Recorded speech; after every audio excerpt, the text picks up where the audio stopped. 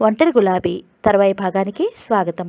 ఇదయ్యాక ఆరికపూడి కౌసల్యాదేవి గారి కథ ఒకటి, చిన్న నవలిక ఒకటి దొరికింది. అది చదువుతాను. రేపు లాస్ట్ పార్ట్ ఒంటరి గులాబీ. సరే, కథలోకి వెళ్ళిపోదాం. ఉదయం 11 గంటలకల్లా పని పూర్తి చేసి ముఖం కడుక్కుని జడ అల్లుకుంటున్న కూతురి వంక అనుమానంగా చూస్తూ, ఎక్కడికే అంది కఠినంగా. అలా లైబ్రరీ వరకు వెళ్ళొస్తానమ్మా అంది అల్లుతున్న జడవైపు శ్రద్ధగా చూసుకుంటూ. తల్లి విచిత్రంగా చూసింది కూతురి వంక. కూతురులో ఏదో మార్పు వస్తున్నట్లు ఆమె అనుభవం చెప్పింది.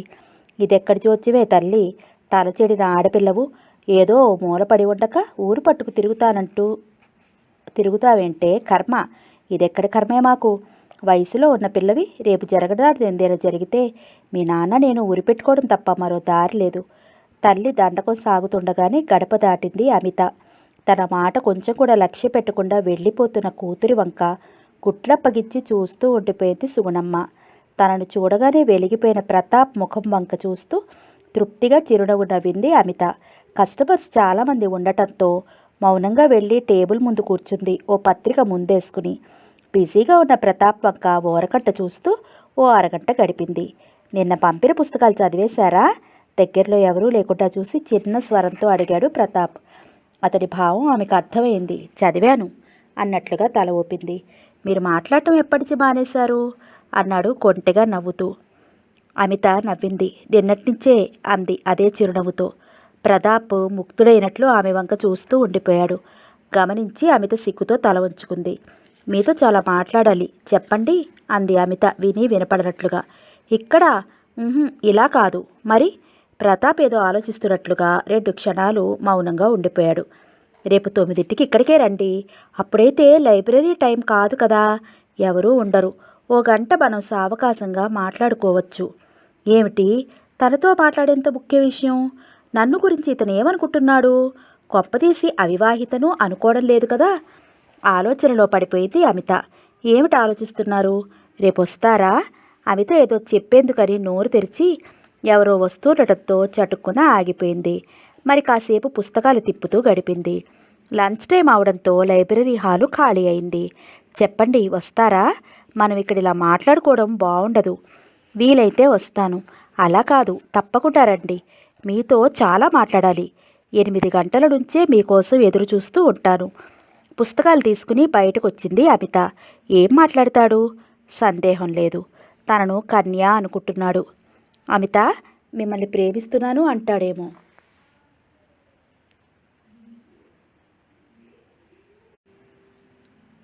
తను కన్యను కాదని తెలిసినప్పుడు అతని ముఖం ఎలా మారుతుంది? ఆ అవమానం తను భరించగలదా? అసలు రేపు వెళ్ళకుండా ఉంటే పోలా? అతను ఎదురు చూస్తూ ఉంటాడేమో. రాను అని చెప్పాల్సింది. పోనీ అతను ఏం మాట్లాడతాడో వింటే పోతుందిగా. ఆలోచిస్తూ ఇల్లు చేరుకుంది అమిత. గుమ్మంలోనే ఎదురు చూస్తోంది తల్లి. కానీ అమిత ఊహించినట్లుగా కారాలు మిరియాలు నూరటానికి బదులుగా సంతోషంగా ఉంది. తనతో ఏదో చెప్పాలనే ఉత్సాహంతో ఉన్నట్లుగా ఉన్న తల్లిని చూస్తూనే మళ్ళీ ఏదో వార్త మోసుకొచ్చి ఉంటుంది అనుకుంది అమిత మనస్సులో. అమిత, ఇది విన్నావా? ఏమిటమ్మా అని అడగలేదు అమిత. ఎప్పటిలాగే అడక్కపోయినా చెప్పదలుచుకున్న విషయం చెప్పకుండా ఊరుకోదని అమితకు తెలుసు. వసంతకి 3 నెలల కడుపట. నిన్ననే చెప్పావుగా అమ్మా. అది సరే, ఎవరో తెలుసా? ఎవరు? తను చెప్పే విషయం కూతురు పట్టింపుగా వినడంతో సుగుణమ్మ గారికి ఎక్కడ లేని ఉత్సాహం వచ్చింది. వాళ్ళ ఇంటి ప్రక్కనే ఆఫీసర్ గారు లేరు? వాళ్ళ అబ్బాయి ప్రసాదరావట. గొంతు తగ్గించి రహస్యం చెప్పినట్టుగా చెప్పింది సుగుణమ్మ గారు. ఆహా అని మాత్రం అంది అమిత పుస్తకాలు బీరువాలో సర్దుతూ. వసంతను ప్రసాద్కిస్తారట. ముహూర్తాలు కూడా పెట్టుకున్నారు. అమిత పెదవుల మీద అందమైన మందహాసం నాట్యం చేసింది. కూతురు అసహించుకోకుండా అలా నవ్వటం తల్లికి ఏ మాత్రం నచ్చలేదు. కడుపు పైకొచ్చేసరికి ఆ 3 బుళ్ళు పడితే చాలనుకుంటున్నారు. కులం గోత్రం కలవని పెళ్ళి కూడా ఓ పెళ్ళేనా? ఈసడింపుగా అంది సుగుణమ్మగారు. ఇవాళ రేపు కులాలు మతాలు అంటూ పాకులాడుతున్నారా అమ్మ? ఎవరో కొందరు చాదస్తులు తప్ప. కామాక్షమ్మగారు 10 జన్మలెత్తితే మాత్రం అంత మంచి సంబంధం తేగలుగుతుందా? ఏదో తల్లి, ఇలాంటి అప్రాచ్య పనులు నాకు నచ్చవు. అలా తెగబడితే ఇక చెప్పేదే ఉంది. కానీ ఆ తల్లి తండ్రి ఉరిపోసుకు చావాల్సిన మాట. ఇంకా ఎలా బ్రతికి ఉన్నారో. ఇదే మీ నాన్న నేను అయితే ఈ పాటికి ఏ నుయ్యో గుయ్యో చూసుకునే ఉండేవాళ్ళం. తల్లి ధోరణికి అమిత చిన్నగా నవ్వుకుంది. ఈ పెద్దవాళ్ళు ఒక్కనాటికి చావరే, చస్తాం చస్తాం అంటూ బెదిరిస్తూ మనల్ని చంపుతారు అని నవ్వుతూ గీతోపదేశం చేసిన వసంత కళ్ళ ముందు నిలిచింది. నువ్వు చూస్తుండవే, అంతా సవ్యంగానే జరుగుతుంది. ఈ దెబ్బతో మా అమ్మ నాన్న దిగి వస్తారు. వసంత ఆత్మవిశ్వాసం అమితకు ఎంతగానో నచ్చింది. అప్పటికప్పుడు వెళ్ళి వసంతను అభినందించి రావాలని ఉన్నా అప్పటికి ఆ కార్యక్రమాన్ని వాయిదా వేసుకుంది. ఆమె ఆలోచనలన్నీ రేపు మీదకి మళ్ళుతున్నాయి. ఆమె ఒకవేళ అతను నిన్ను ప్రేమించాను, పెళ్లి చేసుకుంటాను అంటే ఒప్పుకుంటావా? అమిత మనసు ప్రశ్నించింది. అమిత గతుక్కుమంది. ఆ ప్రశ్నకు ఆమె సమాధానం చెప్పలేకపోయింది. అమితకు ఒక్కటి చాలా ఆశ్చర్యంగానూ వింతగానూ ఆందోళనగానూ ఉంది. ఈ మధ్యకాలంలో తనకు భర్తను గురించిన ఆలోచన కన్నా ప్రతాపును గురించిన ఆలోచనలే అలుముకుంటున్నాయి. ఏ విషయాన్ని గురించిన ఆలోచన మొదలుపెట్టినా చివరికి ఆ ఆలోచనలకు అతనే కేంద్రంగా మిగులుతున్నాడు.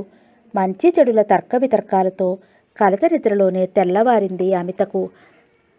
ఆ ఉదయం నుంచే హడావుడిగా పనులు చేస్తూ బయటకు వెళ్లేందుకు సిద్ధపడుతున్న కూతురిని ఒక గంట గమనిస్తూనే ఉంది సుగుణమ్మ.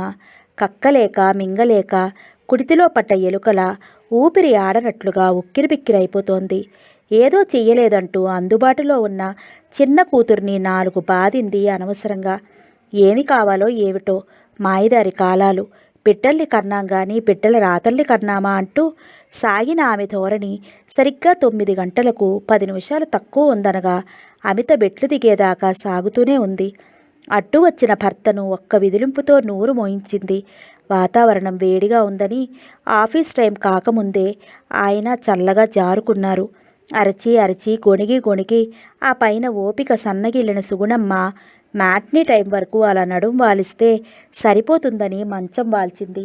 ఆగమేఘాల మీద లైబ్రరీ చేరుకున్న అమిత లైబ్రరీకి తాళం వేసి ఉండటంతో నిరాశగా ఫీల్ అయింది క్షణం మాత్రమే. ప్రతాప్ ఇంకా రాలేదు.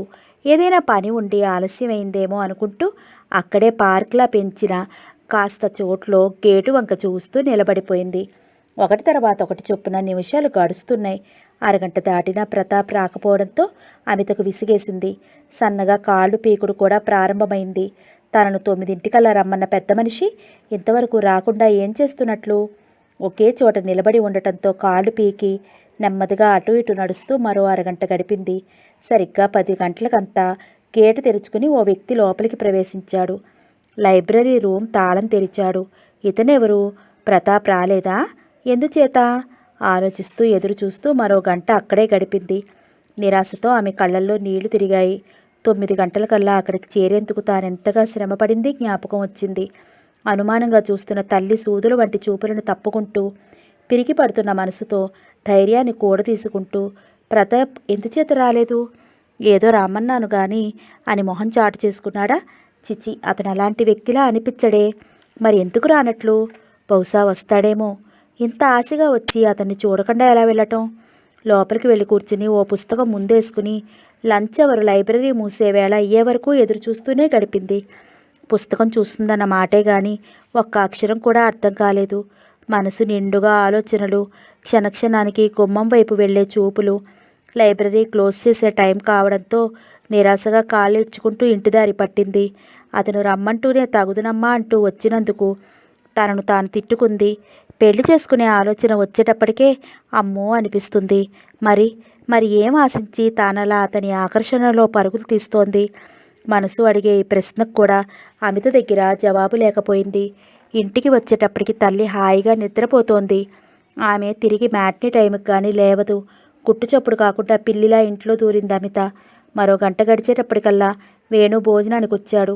వేణుని చూస్తూనే లేచి వెళ్ళి భోజనం వడ్డించింది. వేణు పీట మీద కూర్చుంటూ, అక్కా, నేను మర్చిపోయాను, ప్రతాప్ నీకు ఉత్తరం ఇమ్మన్నాడు అంటూ జేబులన్నీ వెతికి ఓ చిన్న చీటీ తీసి అక్క చేతికిచ్చాడు. అమిత నేరుగా వేణు ముఖంలోకి చూడలేకపోయింది. ఇది అని చెప్పలేని న్యూనతాభావంతో, సిగ్గు అభిమానంతో ఆమె మనసు ముడుచుకుపోయింది. గబగబా అక్కడి నుంచి మరో గదిలోకి వెళ్ళిపోయింది. ఆమె పిడికిటిలో ప్రతాప్ రాసిన ఉత్తరం. ఏం రాసి ఉంటాడు? వేణు చదివి ఉంటాడా? వేణు చదివి ఉంటే తన గురించి ఎంత నీచంగా అనుకుంటాడు? అమితకు చిరుచెమటలకు అమ్మాయి వణుకుతున్న చేతులతో చీటీ విప్పింది. అమిత, క్షమించండి, అత్యవసరంగా ఉద్యోగ నిమిత్తం ఒక ఇంటర్వ్యూకి హాజరయ్యేందుకు హైదరాబాదు వెళ్ళవలసి వచ్చింది. 2-3 రోజులు పడుతుంది నేను తిరిగి వచ్చేందుకు. మిమ్మల్ని ఎప్పుడు కలుసుకోగలనో వేణుతో కబురు చేస్తాను. ప్రతాప్. ప్రతాప్ నీకెక్కడ కలిశారు? ఎప్పుడు కలిశాడు? ఈ చీటీ నీకు ఎప్పుడు ఇచ్చాడు?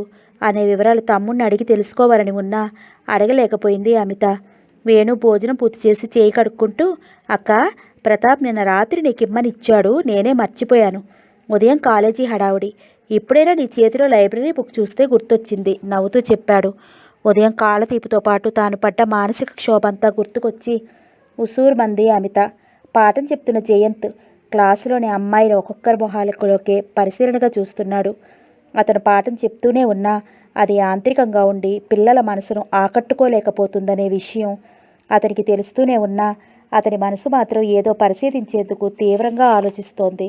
లలిత, సుజాత, వాణి, సమత, మంజుల, రేనా అందరి ముఖాలు ప్రశాంతంగా అమాయకంగా ఉన్నాయి. అందరూ తన వంక అభిమానంగా చూస్తున్నారు. అది గురు శిష్యుల మధ్య అందమైన అనుబంధం. అందులో శంకించేందుకు తప్పు పట్టేందుకు ఏమీ లేదు. మరి ఇదేమిటి? ఇది ముందు ముందు ఎలాంటి పరిణామాలకు దారితీస్తుంది? అన్యమనస్కంగానే పాఠం ముగించాడు జయంత్. క్లాసు వదిలి కారిడార్లో నడుస్తూ ముందుకు వేయబోయిన అడుగు చటుక్కున ఆపి వంగి తనను నిలబెట్టిన అందమైన ఆ చేతుల్లోకి గులాబీని తీసుకున్నాడు. విరబూసిన మృదువైన రేకుతో తాజాగా నిగనిగ మెరుపులు కురిపిస్తున్న అందమైన తెల్లని గులాబీ తను చూసుకోకుండా ఉంటే అనవసరంగా తన బూటు కాలు కింద నలిగిపోయి ఉండేది. ఈ గులాబీ ఏ అమ్మాయి జడలో నుంచో రాలిపడి ఉంటుంది. ఈ ఆలోచన రావటంతోనే చేతిలోని గులాబీతో చటుకున తల ఎత్తి చుట్టూ చూశాడు. చుట్టుపక్కల ఎవ్వరూ కనిపించలేదు. చేతిలో పువ్వు ఏం చేయాలో అర్థం కాలేదు. తిరిగి నేల మీద పడవేసేందుకు ప్రాణం ఒప్పలేదు. ఎవరి బూటుకాలు కిందైనా పడి నలిగిపోతుంది. పువ్వుతో సహా స్టాఫ్ రూంలోకి నడిచాడు. ఏమిటో ఈ జయంత్, ఏ అమ్మాయి అయినా ప్రజెంట్ చేసిందేమిటి? నవ్వుతూ అడిగారు తోటి లెక్చరర్ రంగనాథం గారు. అబ్బే అదేం లేదండి అన్నాడు పువ్వు టేబుల్ మీద ఉంచుతూ. మగవాడు, అందు నా పెళ్లి కొడుకుగా అన్ని అర్హతలు ఉన్న మగవాడి చేతిలో గులాబీ అంటే అది 100కి 100 పాళ్ళు ప్రేమ కానుకే. ఆమె కరెక్ట్? జయంత్ నవ్వాడు. ప్రేమ కానుక అయి ఉంటే పదిలంగా జేబులోనూ గుండెల్లోనూ దాచుకుంటారు కానీ ఇలా టేబుల్ మీద పడేస్తారటండి. అబ్బా, మాటలు రానట్టే ఉంటావు కానీ గట్టి దెబ్బ కొట్టావోయ్. అయితే ఇది ప్రేమ కానుక కాదని నన్ను నమ్మమంటావు. జయంత్ నవ్వాడు. అయినా జయంత్, ఇది పూర్తిగా నీ పర్సనల్ మ్యాటర్ అనుకో. అయినా పెద్దవాడిని కనుక కుతూహలం చంపుకోలేక అడుగుతున్నాను. మరోలా అనుకోకు. జయంత్ గుండెల్లో రైళ్లు పరిగెత్తాయి. విషయం అందరికీ తెలిసిపోయిందా? అడగండి మాస్టారు, మీరు పెద్దవారు అన్నాడు గొంతు పెగల్చుకుని. అబ్బాయి, నువ్వు ఈ మధ్య అదోలా ఉంటున్నావు. లవ్ అఫైర్లో పడలేదు కదా? గొంతు తగ్గించి రహస్యంగా అడుగుతున్నట్టు అడిగాడు. పువ్వు వంక జయంత్ వంక మార్చి మార్చి చూస్తూ. కర్మ, కాలం కలిసి రాకపోతే తాడే పామై కురుస్తుందని పెద్దలు ఊరికే అనలేదు. నేల మీద దొరికిన పువ్వుకు లవ్కు నేనేదోలా ఉండటానికి లంకి వేస్తున్నారు మాస్టారు. ఏమైనా ఈ పెద్దవాళ్ళు అసాధ్యులు. ఏవో మాట్లాడవు. ఏదైనా ఉంటే నాతో చెప్పు. నా సహాయం ఏదైనా అవసరమైతే చేస్తాను. నా లవ్ అఫైర్లో పట్టం మాత్రం నిజమే కానీ దానికి తాను అదోలా ఉండటానికి ఈ పువ్వుకి సంబంధం లేదు. ఈ విషయం ఆయనతో ఎలా చెప్పగలడు? అబ్బే అదేం లేదు మాస్టారు అన్నాడు మొహమాటంగా. లేకపోవడం ఏమిటి? నీ ముఖం చూస్తుంటే ఏదో ఉందనే అనిపిస్తోంది. అయినా జయంత్ ఇంకా బ్యాచులర్గా ఉండి అమ్మాయిల కళ్ళ ముందు మైసూర్పాకు ముక్కలా ఊరించపోతే అదేదో కానిచ్చేయకూడదటయ్యా అన్నారు చనువుగా నవ్వుతూ. జయంత్ ఇబ్బందిగా నవ్వేశాడు. పెళ్ళు కావడంతో ఆ సంభాషణ అక్కడితో ముగిసింది. బ్రతుకు జీవుడా అనుకున్నాడు జయంత్. రంగనాథం గారు తెల్ల గులాబీని చేతుల్లోకి తీసుకున్నారు. పోస్ట్ వచ్చింది. జయంత్ తన పేరున ఉన్న కవరు వెతికి ఆత్రంగా చేతిలోకి తీసుకున్నాడు. తనకంటే ముందు ఆ కవరు ఎవరైనా తీసుకుంటారేమో అన్నంత భయంగా. కవరు బరువుగా ఉంది. అతని ముఖం పాలిపోయింది. గబగబా కవరును జేబులో కుక్కున్నాడు. ఏమోయ్, లవ్ లెటరా? జయంత్ను గమనిస్తున్న రంగనాథం గారు నవ్వుతూ అడిగారు. అబ్బే అబ్బే అన్నాడు కంగారుగా జయంత్. కానీ అప్పటికే అతని ముఖం వివర్ణమైంది. గబగబా బయటికి వెళ్ళిపోయాడు. రంగనాథం గారు కాకతీయంగా నవ్వుతూ అడిగే ప్రతి ప్రశ్న అతన్ని గొప్ప కంగారులో పడేస్తూ ఉంటుంది. రంగనాథం గారికి తన రహస్యం తెలిసిపోయిందేమో అన్న అనుమానంతో భయంతో గుండెలు టకటకలాడే. భయంతో జేబు తొడుముకున్నాడు. పాములా లెటర్ చేతికి తగిలింది. కాలేజీ అవర్స్లో ఆ కవరు విప్పేందుకు అతనికి ధైర్యం చాలలేదు. ఇంటికి వెళుతూనే గదిలో తలుపులు పిగించుకుని మరీ లెటర్ విప్పాడు. మాస్టారు, ఇవాళ సిమెంట్ కలర్ సూట్లో బ్లాక్ చెక్స్ ఉన్న టైతో ఎంత అందంగా హుందాగా ఉన్నారో చెప్పలేను. నా కళ్ళు అనుక్షణం మిమ్మల్ని వేటాడాయి. మాస్టారు, నేనెవరో మీకు తెలుసుకోవాలని ఉంది కదూ? చెప్పను. మీ మీద నా ప్రేమ ఎంతటిదో మీకు అర్థం కావాలి. నా మీద ప్రేమతో మీ మనసు పొంగిపోవాలి. అప్పుడు మాత్రమే నా పేరు చెప్తాను. ఈ అజ్ఞాతవాసానికి గుడ్ బై చెప్తాను. అంతవరకు ఇంతే. మాస్టారు, నాకేమనిపిస్తోందో తెలుసా? నా కళ్ళల రాకుమారుడు మీరే అనిపిస్తోంది. గాలికి అల్లాడే మీ నొక్కుల జుట్టుతో ఆడుకోవాలనిపిస్తోంది. విశాలమైన మీ గుండెల మీద తల ఉంచుకోవాలనిపిస్తోంది. మీ చేతుల్లో ఇమిడిపోవాలనిపిస్తోంది. మాస్టారు, కళ్ళు మూసినా తెరిచినా పగలు రాత్రి నాకు మీరే కనిపిస్తూ ఉంటారు. మాస్టారు, మాస్టారు అంటూ నా హృదయం ప్రతిక్షణం పలవరిస్తోంది. మాస్టారు, మీరు ఈ మధ్య అదోలా ఉంటున్నారు. నా గురించి ఆలోచిస్తున్నారు కదూ? అదే నాకు కావాలి. నా పట్ల మీలో ప్రేమ ఉదయించాలి. ప్రేమ అంటూ కలిగితే చాలు. ఆ క్షణాలు ఎవరూ చెప్పకుండానే తెలిసిపోతాయి. ఆనాడు నేను మీ ముందు ప్రత్యక్షమవుతాను. మాస్టారు, ప్రతి ఆడపిల్లలోనూ నన్ను వెతుక్కుంటున్నారు కదూ? నాకు తెలుసు. మాస్టారు, ఐ లవ్ యూ. మీరు లేకుండా నేను బ్రతకలేను. ఐ లవ్ యూ మాస్టారు. I love you. లవ్ మీ. మిగతా 2 పేజీలు ఐ లవ్ యూతో నింపేసింది. కర్మ. నా తల్లి, నీ లవ్ ఏమిటో కానీ నీ సస్పెన్స్తో నా ప్రాణాలు కొరికేస్తున్నావు. నుదురు కొట్టుకుంటూ అలసటగా కుర్చీలో వాలిపోయాడు జయంత్. బాబు జయ, బయట నుంచి పిన్నిగారి పిలుపు వినిపించడంతో చట్టుకుని లేచి గబగబా ఉత్తరం దాచేసి వెళ్ళి తలుపు తీశాడు. కాఫీ కప్పుతో లోపలికొచ్చారు శాంతమ్మ గారు. కాఫీ కప్పు జయంత్కి అందించి కుర్చీ లాక్కుని కూర్చున్నారు. అతను కాఫీ తాగుతున్నంతసేపు అలిసి వాడిపోయి ఉన్నట్లున్న అతని ముఖం వంక ఆప్యాయంగా చూస్తూ కూర్చున్నారు. బాబు, ఒంట్లో బాగుంటం లేదా? అబ్బే, అదేం లేదు పిన్ని. ఈ మధ్య అదో రకంగా ఉంటుంటే జయంత్ నిజంగానే 2 రోజుల నుంచి నలతగా ఫీల్ అవుతున్నాడు. దానికి తోడుగా రోజుకొకటి వచ్చే ప్రేమ బాణాలు. జయంత్కు తన బాధ అంతా చెప్పుకోవాలనిపించింది. ఎవరో ఆడపిల్ల తనకు రోజుకొకటి చొప్పున లవ్ లెటర్ రాస్తోంది. తను బాధపడుతున్నాను అని చెప్తే ఎవరైనా నవ్విపోతారు. అయినా ఆ పిల్ల ఎవరో ఆ ఉత్తరాలు చూస్తుంటే ఏదో కొంటెతనానికి రాసినట్లు అనిపించడం లేదు. నిజంగా తన మీద ఆశలు పెంచుకుంటున్నట్లే ఉంది. ఏదో ఒక క్షణాన ఈ మిస్టరీ విడిపోయి సత్యం బయటపడిన రోజు ఆశాభంగం చెందిన అమ్మాయి ఏమైపోతుంది? జయంత్ బాధగా తల రుద్దుకున్నాడు. జయ, ఒంట్లో నలతగా ఉందా? ఆతృతగా ప్రశ్నించారు శాంతమ్మ గారు. కొంచెం తలనొప్పిగా ఉంది పిన్ని. ఉండు బాబు, అమృతాంజనం తెస్తాను. శాంతమ్మ గారు అమృతాంజనం తెచ్చి జయంత్ తలకి మర్దన చేస్తూ, జయ, కొంచెం ఒళ్ళు వెచ్చబడ్డట్టుంది. రాత్రికి భోజనం చేయకు. కాసిని మిరియాలు వేసిన పాలు తెస్తాను, త్రాగి పడుకో. ఆప్యాయత నిండిన ఆమె స్వరానికి కట్టుపడ్డట్టుగా అతని కళ్ళు మూతపడ్డాయి. అతను నిద్రపోవడం చూసిన శాంతమ్మ గారు ఆప్యాయంగా అతని జుట్టు నిమురుతూ అలాగే చాలాసేపు కూర్చుండిపోయారు. నాయనా, రవి, రవి. ఆమె హృదయం పులకరించింది, పలవరించింది. కళ్ళు అశ్రుపూరితాలయ్యాయి. ఉదయం ఎప్పటిలా కాలేజీకి తయారవుతున్న జయంత్ను చూస్తూ, జయ, ఒంట్లో బాగుండలేదు కదా, ఈరోజు సెలవు పెట్టేయకూడదు అన్నారు శాంతమ్మ గారు. పర్వాలేదు పిన్ని, ఇప్పుడు బాగానే ఉంది నవ్వుతూ చెప్పాడు జయంత్. నవ్వుతున్న కళతప్పి ఉన్న అతని ముఖం వంక చూస్తూ, ఏం బాగుండటమో ఏమిటో, రాత్రంతా ఒళ్ళు వేడిగానే ఉంది అంది అతను కాలేజీకి వెళ్లేందుకు అయిష్టత చూపుతూ. వెళ్లే ఓపిక లేకపోయినా వెళ్ళక తప్పదు.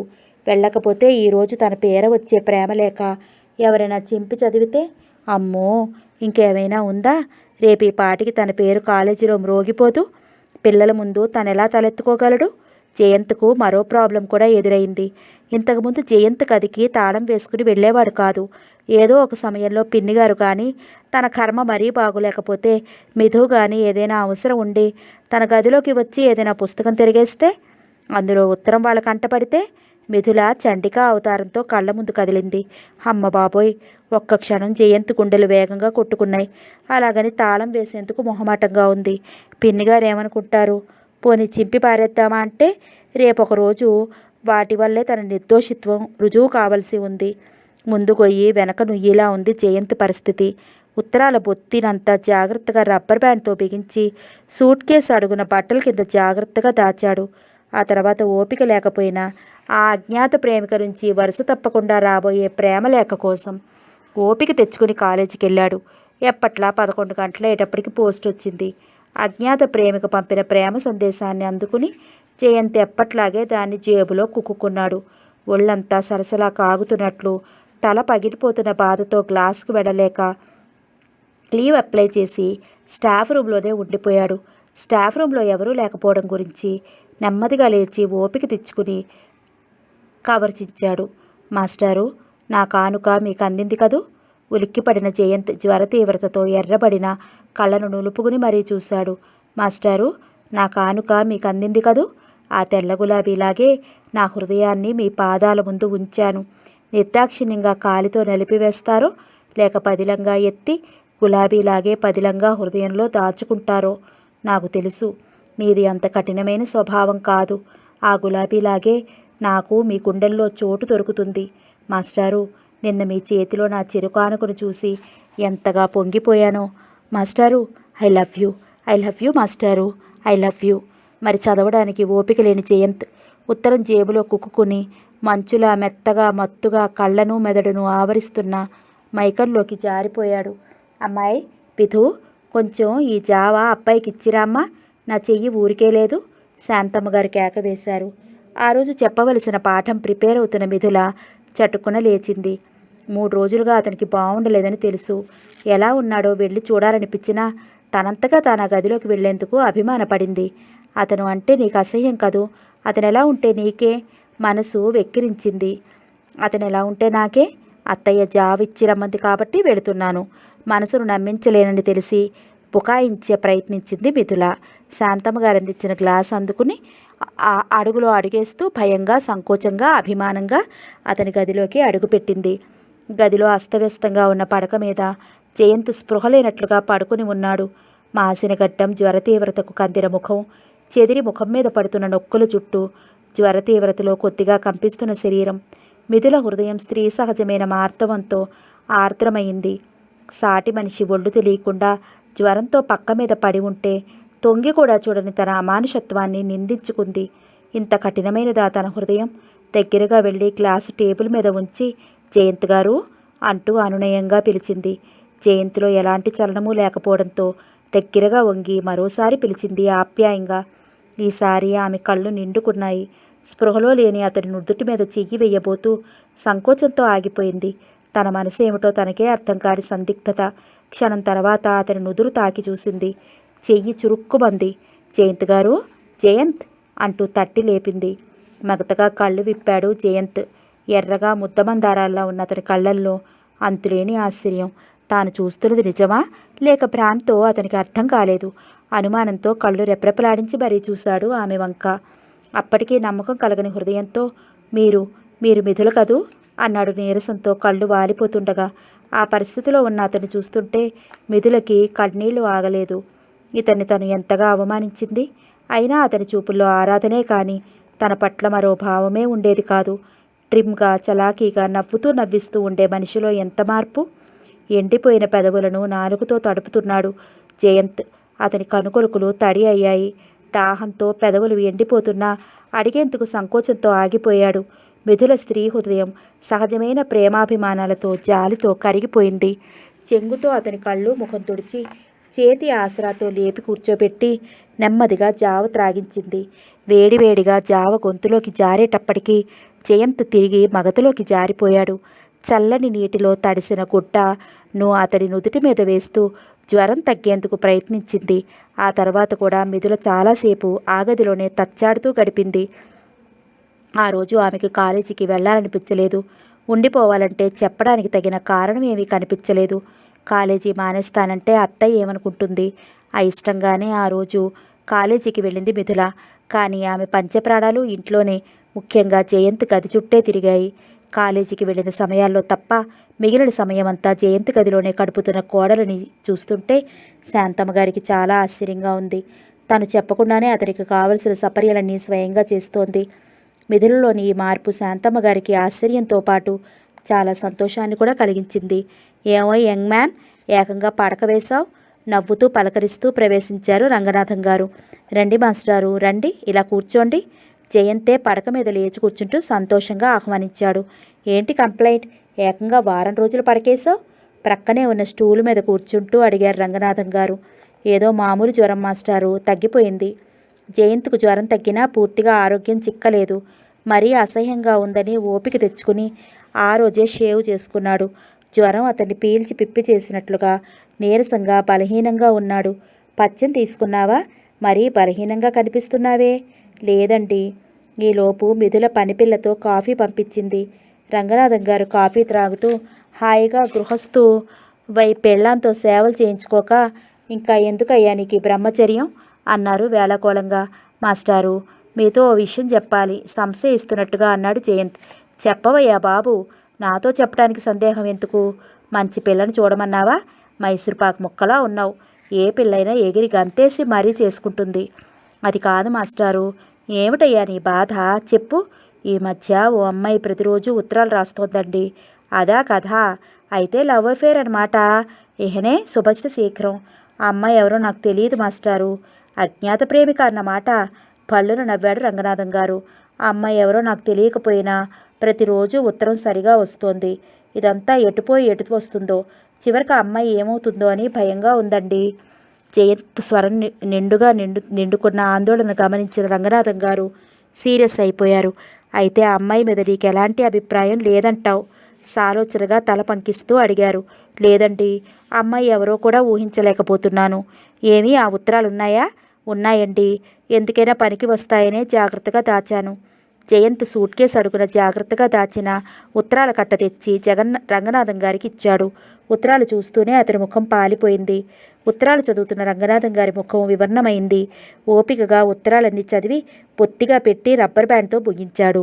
ఆ తర్వాత కొన్ని నిమిషాల వరకు ఆయన మాట్లాడకుండా ఆలోచనలో మునిగిపోవడం గ్రహించిన జయంత్ మౌనంగా ఆయన ముఖం వంక చూస్తూ ఉండిపోయాడు. జయంత్, ఆ అమ్మాయి నిన్ను గాఢంగా ప్రేమిస్తున్నట్టుంది. అతని గొంతులో వేళాకోళం లేదు. అదేనండి నా బాధ. పోనీ ఆ అబ్బాయి గురించి నువ్వెందుకు ఆలోచించకూడదు? ఆ అమ్మాయి గురించి? ఆ అమ్మాయి ఎవరో మీకు తెలుసా మాస్టారు? కావాలనుకుంటే తెలుసుకోవడం అంత కష్టమేవి కాదయ్యా. మొదట నీ ఉద్దేశం చెప్పు. ఆ ఉత్తరాలు చూస్తుంటే ఆ అమ్మాయి నిన్నెంతగా ప్రేమిస్తోందో వాంఛిస్తోందో అర్థమవుతూనే ఉంది. అలాంటి అమ్మాయి గురించి నువ్వెందుకు ఆలోచించకూడదు? జయంత్ ఏదో ఆలోచిస్తూ మౌనంగా ఉండిపోయాడు. అమ్మాయి ఎవరో నీకు తెలియదు కాబట్టి అమ్మాయి అందచందాల మీద అనుమానమా? కులగోత్రాల పట్టింపా? లేక కట్న కానుకల సమస్య? ఏమిటి నీ అభ్యంతరం? జయంత్ మౌనంగా ఉండిపోయాడు. అతను రంగనాథం గారి మాటలు శ్రద్ధగా వింటూ ఆలోచిస్తూ కూర్చున్నాడు. నువ్వు అలా మౌనంగా ఉంటే కాదు జయంత్. ఇది ఒక ఆడపిల్ల జీవిత సమస్య. ఇందులో నీ ప్రమేయం లేకపోవచ్చు, కానీ ఓ ఆడపిల్ల జీవితం మన వల్ల బండలైపోకుండా చూడవలసిన బాధ్యత మాత్రం మనకు ఉంటుంది. రంగనాథం గారి ఆవేశం చూసి నా జయంత్ ఆశ్చర్యపోయాడు. ఆ అమ్మాయి ఎవరో మాస్టర్కి తెలిసినేమో అనిపించింది క్షణం సేపు. మీరు చెప్పిన అభ్యంతరాలు ఏవి కావు మాస్టారు. కానీ అసహనంగా అడిగారు రంగనాథం గారు. నా వధువు నిర్ణయం అయిపోయింది. విద్యుదాఘాతం తగిలినట్టుగా అదిరిపడ్డారు రంగనాథం గారు.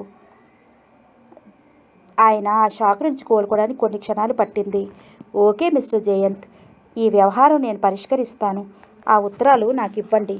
అలాగే మాస్టారు, నాకు అంతకంటే కావాల్సిందే ఉంది. ఆ అమాయకపు బాలిక తెలుసో తెలియకో నా మీద ఆశలు పెంచుకోకుండా ఉంటే అంతే చాలు. జయంత్ టేబుల్ మీద ఉన్న ఉత్తరాలు కట్ట తీసి రంగనాథం గారికి ఇచ్చారు. జయంత్, నేను సలహా చెప్తా, వింటావు? చెప్పండి మాస్టారు. మైసూర్పాకు ముక్కలా అట్టే ఆ అమ్మాయిల్ని ఊరించక త్వరగా గృహస్థులు అయిపోవటం మంచిది. లేకపోతే ఇలాంటి చిక్కులే వస్తాయి. ఎప్పట్లా నవ్వుతూ వేళాకోళంగా అన్నారు రంగనాథం గారు. అలాగే మాస్టారు అని పైకన్నా ఏది ఆ దేవత కరుణించదే అనుకున్నాడు లోపల. వస్తానయ్యా. ఇక చూస్తావుగా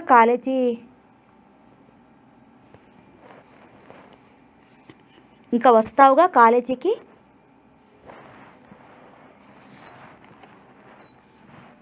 రేపు పచ్చం పెడతారట. ఎల్లుండ రావటం జరుగుతుందనుకుంటాను. రంగనాథం గారు వెళ్ళిపోతూనే జయంత్ అలసటగా మంచం మీద వాలాడు. ఆ అమ్మాయి ఎవరో? ఏమన్నా సీనియర్సే కదూ, వాళ్ళకి ఇలాంటివి బాగా తెలుస్తాయి. అందులో రంగనాథం గారు ఆవలించకుండానే పేగులు లెక్క పెట్టేస్తారు. ఏమైనా ఈ సమస్య పరిష్కారం అయితే అంతే చాలు. జయంత్ కళ్ళు అలసటగా మూసుకున్నాయి. ఏవైనా చూడండి అమిత, విషయం టూకీగా 2 ముక్కల్లో చెప్పేస్తాను. అనవసరమైన ఉపోద్ఘాతాలు, సినిమా డైలాగులు నాకు నచ్చవు. అమిత ఎదురుగా ఉన్న మరో చైర్లో కూర్చుంటూ అన్నాడు ప్రతాప్. లైబ్రరీ హాలు నిశ్శబ్దంగా, చల్లగా, ప్రశాంతంగా ఉంది. అమిత మనసు మత్తుగా ఉంది. ప్రతాప్ తోడి ఏకాంతం ఆమెకి వింత అనుభూతిని, ఆనందాన్ని కలిగిస్తోంది. ఉత్సాహంతో వయసు పరవళ్ళు తొక్కుతోంది. ఇద్దరి మధ్య పెద్ద టేబుల్, దాని మీద వివిధ రకాల మ్యాగజైన్స్ తిప్పుతూ కూర్చుంది అమిత. అన్నయ్య, నేను, నాన్న, ఇది మా కుటుంబం. నాన్న, అన్నయ్య ఎవరికి వాళ్ళు ఉద్యోగాలు చేసుకుంటున్నారు. నా మీద ఆధారపడిన వాళ్ళు కానీ, నేను ఆధారపడిన వాళ్ళు కానీ లేరు. ఎంఏ ఫస్ట్ క్లాస్లో పాస్ అయ్యాను. జాబ్ వచ్చే అవకాశాలు సుదూరంలో కనిపిస్తున్నాయి. ఒకవేళ రాదు, నా భార్యను పోషించుకోవడానికి ఏ పనైనా చేసేందుకు సిద్ధమే నేను. కాబట్టి నేను పెళ్లి చేసుకోవాలనుకుంటున్నాను. మీకు అభ్యంతరం లేకపోతే మిమ్మల్ని వివాహం చేసుకోవాలనుకుంటున్నాను. ఏ విషయం సూటిగా తేల్చి చెప్పండి. అమిత తల ఇంకా వంగిపోయి బల్లలో కూరుకుపోయింది. అమిత, ఏమిటి మనిషి ప్రేమించాను అని చెప్పకుండానే పెళ్ళి అంటున్నాడేమిటని ఆశ్చర్యపోకండి. సినిమాలోలా, కథల్లోలా ఐ లవ్ యూ అంటూ వెంట పడటము, వెంట తిప్పుకోవడము, అనవసరమైన ఆర్భాటాలు చేసి పదుగురు నోళ్లలో నానడము, ఇవన్నీ నాకు నచ్చవు. ప్రేమంటూ మొదలుపెట్టి సినిమాలకు, పార్కులకు, హోటల్స్కు పావనం చేయడం కూడా నాకు ఇష్టం లేదు. ఆ సరదాలన్నీ పెళ్ళయ్యాకే. అంతగా సూటిగా మీకు విషయం చెప్పేశాను. అమిత ఓరగా అతని వంక చూసింది. అతని ముఖం నిశ్చలంగా, నిర్మలంగా, నిజాయితీతో వెలిగిపోతోంది. అమిత, నా ఉద్దేశం చెప్పాను. ఇక మీ అభిప్రాయం కావాలి. మీరు ఇలా మౌనంగా ఉంటే నేనేమనుకోను? మౌనం అర్ధాంగీకారం అనుకోనా, సంపూర్ణ అనుకోనా? చిరునవ్వుతో ప్రశ్నించాడు ప్రతాప్. మీకు తెలుసా, నేను నేను ఆ పైన చెప్పలేక ఆగిపోయింది అమిత. చెప్పండి మీరు. టేబుల్ మీదకి కాస్త వంగుని కుతూహలంగా ప్రశ్నించాడు. నేను ఆగి అతని కళ్ళల్లోకి చూసింది. అతని కళ్ళు నిర్మలంగా నవ్వుతున్నాయి. నేను చెప్పబోయే విషయం విన్నాక కూడా ఇతను ఇంత హాయిగా నవ్వగలడా? అమిత తన నోటితో తాను ఆ విషయం చెప్పలేనట్లుగా మౌనంగా ఉండిపోయింది. మీరు చెప్పాలనుకునేదేమిటో నాకు తెలుసు. అమిత కళ్ళెత్తి సూటిగా అతని వంక చూసింది. నేను అవివాహితను కాను, విడోను అంటారు, అవునా? అమిత ఆశ్చర్యంగా, అద్భుతంగా, అందమైన చిత్రంలా కనిపించింది ప్రతాప్కు. మరీ అంతలా ఆశ్చర్యపోకండి. ఇలా చేతులు ముడుచు కూర్చోవడం నాకు కష్టంగా ఉంది. అల్లరిగా నవ్వాడు ప్రతాప్. అతని భావం అర్థమైన అమిత సిగ్గుల మొగ్గలా ముడుచుకుపోయింది. అమిత, మీరు చెప్పదలుచుకున్నది అదే విషయమైతే అది మన పెళ్ళికి అడ్డురాదు. మీ గురించి ఏమీ తెలియకుండా మిమ్మల్ని ఎలా పెళ్లి చేసుకుంటారనుకున్నారు? ఏమీ తెలియకుండా బస్సుల్లోనూ రైళ్లలోనూ చూసుకుని పాటలు పాడుకుని ప్రేమించేసేందుకు మనది సినిమా కాదు, జీవితం. మిమ్మల్ని చూసిన మొదటి రోజే మీ పట్ల ఆకర్షితుడనయ్యాను. అందుకే మిమ్మల్ని గమనించాను. క్రమేపీ మీ పట్ల నాకు ఆకర్షణ పెరిగింది. పెళ్లి చేసుకోవాలనే అభిప్రాయం కలిగిన వెంటనే మీ గురించిన అన్ని వివరాలు సేకరించాను. మీ గురించి తెలిసిన వివరాలు నాకేమీ అభ్యంతరంగా తోచలేదు. అన్నట్లు నేను చెప్పడం మరిచాను, నేను మాంసాహారిని. అమిత గుట్లప్పు చెప్పుకుని వింటూ ఉండిపోయింది. ఎంత ముందు చూపు! అమిత, మరొక్క విషయం. మన పెళ్లిలో కులమతాల ప్రసక్తి లేదు. నా కులమేమిటో మీకు చెప్పను. మీ కులము, గోత్రము, మీ గతము నాకక్కర్లేదు. నాకు పుట్టే బిడ్డలకు ఏ కులమో ఉండదు, మానవ కులం తప్ప. ఇది మన పెళ్లిలో ముఖ్యమైన షరతు. వీటికి మీరు ఇష్టపడితే వేణు మన పెళ్లికి పెద్దగా ఉండి మన పెళ్లి జరిపిస్తాడు. అయితే వేణుకు తెలుసా? ఆశ్చర్యంగా అడిగింది అమిత. యూ సిల్లీ గర్ల్, మీ పేరు అమిత అని కాదు, ఆశ్చర్యం అని పెట్టాల్సింది. వేణు నాకు మంచి ఫ్రెండ్. మరి దేవిగారు ఎస్ అన్నట్లేనా? అతని కళ్ళల్లో కాంతి, పెదవుల మీద చిరునవ్వు చూస్తే అతను ఆ సమయంలో ఎంత అందంగా ఉన్నాడో తెలిసిపోతుంది. నన్ను కొంచెం ఆలోచించుకోనివ్వండి. ప్రతాప్ టేబుల్ మీద నుంచి చెయ్యి చాపి అమిత చేతిని తన చేతిలోకి తీసుకున్నాడు. అమిత గుండె చల్లుమంది. ఉద్వేగంతో ఆమె శరీరం మెల్లగా కంపించింది. బలమైన అతని అరచేతిలో ఆమె చెయ్యి గువ్వపిట్టలా ఒరిగిపోయింది. ప్రతాప్ ఆమె చేతిని సున్నితంగా నొక్కి, అమిత, నేనంటే మీకు ఇష్టమనే విషయం నాకు స్పష్టంగా తెలుసు. అర్థం లేని అనుమానాలతో నెగిటివ్ రిప్లై ఇచ్చి నన్ను నిరాశపరచకండి. నన్ను నమ్మండి. మన జీవితాలు సుఖమయమవుతాయి. Amita, I want you, I love you. అతని స్వరంలోకి ఆవేశం వెచ్చగా, మత్తుగా అమితను కౌగిలించుకుంది. నాకు భయంగా ఉంది. భయం దేనికి? మనమేమీ తప్పు చేయడం లేదుగా. అమ్మ నాన్న ఒప్పుకోరు. ఇంకా ఏదో చెప్పాలనుకుని చెప్పలేనట్లుగా ఆగిపోయింది. చెప్పండి, మీ అనుమానాలు, సంకోచాలు, భయాలు అన్నీ వివరంగా సావకాశంగా చర్చించుకుని నిర్ణయాలు తీసుకుంటేనే ముందు ముందు కలతలకు, కన్నీళ్లకు ఆస్కారం లేకుండా పోతుంది. మన సంసార జీవితంలో అతను వినయ్ నా జ్ఞాపకం వస్తే తన తపన ఏమిటో అమితకి సరిగ్గా చెప్పలేకపోయినా ప్రతాప్ అర్థం చేసుకున్నాడు. ఒక క్షణం అతడు సీరియస్గా అయ్యాడు. అమిత, ఒక విషయం చెప్పండి, మీకు నేనంటే ఇష్టమేనా? అమిత సిగ్గుపడుతూ తల ఊపింది. అలా కాదు, నోటితో చెప్పాలి. ఇష్టమే అంది చిన్న స్వరంతో. ఇక భయం లేదు. ఆ జ్ఞాపకాలు మీ చేరువలోకి కూడా రావు. మధురమైన దాంపత్య జీవితం అందుబాటులో ఉంటే మూడో మనిషి జ్ఞాపకం రావడం అసంభవం. ఒకవేళ ఏ అరక్షణమో ఆ జ్ఞాపకాలు మీ స్మృతి పదంలో మెదిరినా అవి అంతగా మిమ్మల్ని బాధించవు. ఇది మానవ సైకాలజీ. అమిత కళ్ళు విప్పార్చుకుని అతను చెప్పే మాటలు వింటోంది. ఆమెకి ఇక అనుమానించేందుకేమీ కనిపించలేదు. ఆమె ఒక్క అడుగు ధైర్యంగా ముందుకు వేయాల్సిన ఈ సమయంలో నువ్వు పిరికితనం చూపావా? శాశ్వతంగా నీ జీవితంలో అంధకారమే మిగులుతుంది సుమా. అమిత చెవిలో గుసగుసలాడినట్లయింది. ఆమెలోని అనుమానాలు, భయాలు దూది పింజల్లా ఎగిరిపోగా మనసు ఆనందంతో రెక్కలు విప్పుకుంది. ఆ ఆనందం ఆమె కళ్ళల్లో ప్రతిఫలిస్తోంది. క్రమేపీ ఆమెలో కలుగుతున్న మార్పులు గమనిస్తున్న ప్రతాప్, దేవిగారు ప్రసన్నమైనట్లేగా? మాకు ఇంకా పరీక్షలు ఉన్నాయా అన్నాడు చిరునవ్వుతో. అమిత, నాకు త్వరలోనే జాబ్ వచ్చే అవకాశం ఉంది. జాబ్ దొరికిన వెంటనే రిజిస్టర్ మ్యారేజ్కు అప్లై చేద్దాం. అంతవరకు ఈ తీరుడి ఒకే ఒక కోరికని దేవిగారు అనుగ్రహించాలి. అమిత నవ్వింది. దేవి అన్న అతని సంబోధన ఆమెను ఊహల్లో ఉయ్యాలలోపింది ఓ అరక్షణం. పెళ్ళి అయ్యేంతవరకు కనీసం 2 రోజులకోసారైనా ఈ దాసుడిపై దయచూపి తమ దర్శన భాగ్యం కలిగించాలి. లేకపోతే? చిలిపిగా నవ్వింది అమిత. లేకపోతే జాబు గీబు అంటూ ఎదురు చూడకుండా ఈ పుస్తకాలే సాక్షిగా నీ మెళ్ళలో 3 ముళ్ళు వేసేసి ఈ లైబ్రరీలోనే కాపురం పెట్టేస్తాను. అమిత శరీరం పులకరించింది. మధుర భావనలతో కళ్ళు అరమోడ్పులు కాగా సిగ్గుల మొగ్గయింది. ప్రతాప్ కుర్చీలో నుంచి లేచి అమిత వెనక్గా వచ్చి అతని భుజాల మీద చేతులు వేశాడు. సిగ్గుతో, భయంతో, ఆనందంతో వణికిపోయింది అమిత. ప్రతాప్ ఆమె మెడ చుట్టూ చేతులు పెనవేసి వంచి ఉన్న ఆమె తలను పైకెత్తి ఎర్రని పెదవులపై మధురంగా చుంపించాడు. అమిత కళ్ళెత్తి భయంగా చూసింది. భయంతో ఆమె కళ్ళు రెపరెపలాడాయి. ఆమె, భయపడకు. మన పెళ్ళయ్యే వరకు ఇంతకంటే ఎక్కువ చనువు తీసుకోను. ఇది నా తొలి కానుక.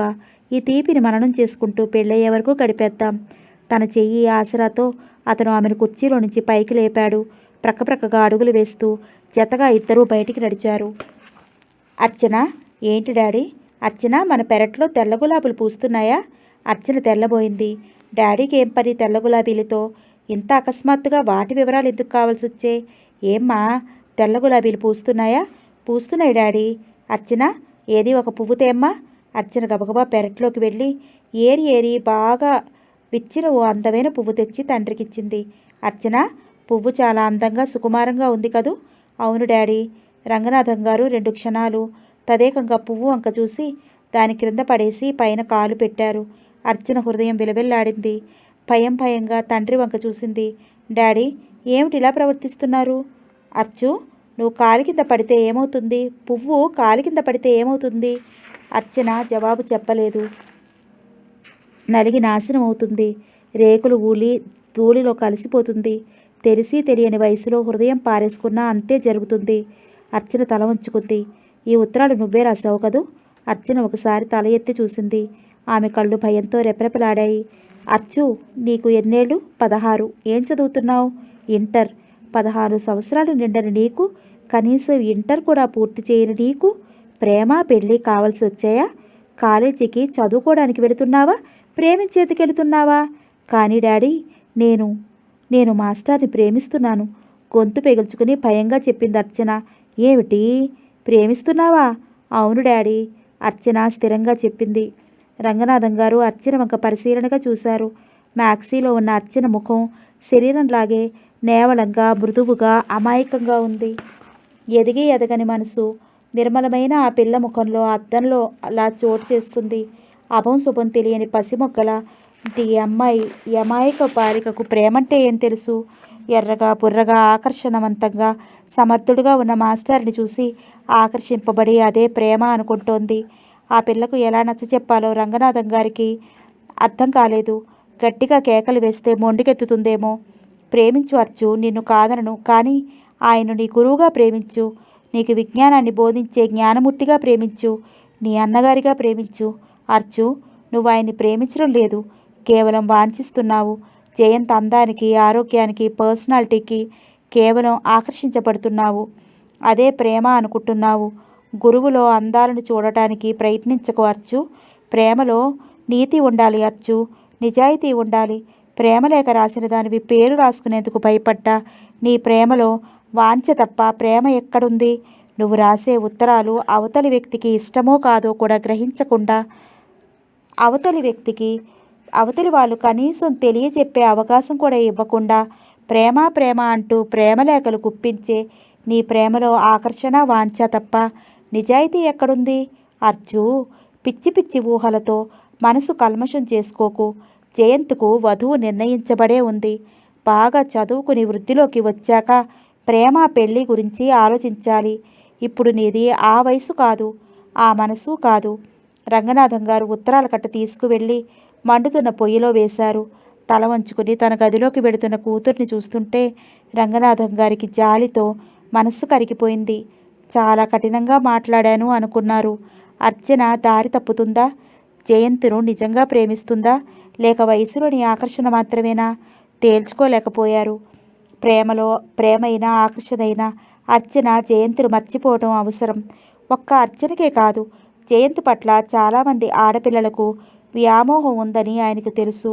అమాయకపు బాలికలు వ్యామోహాన్ని ఆసరగా తీసుకుని వాళ్ళ జీవితాలతో ఆటలాడే స్వభావం జయంత్కు లేకపోవడం అదృష్టం.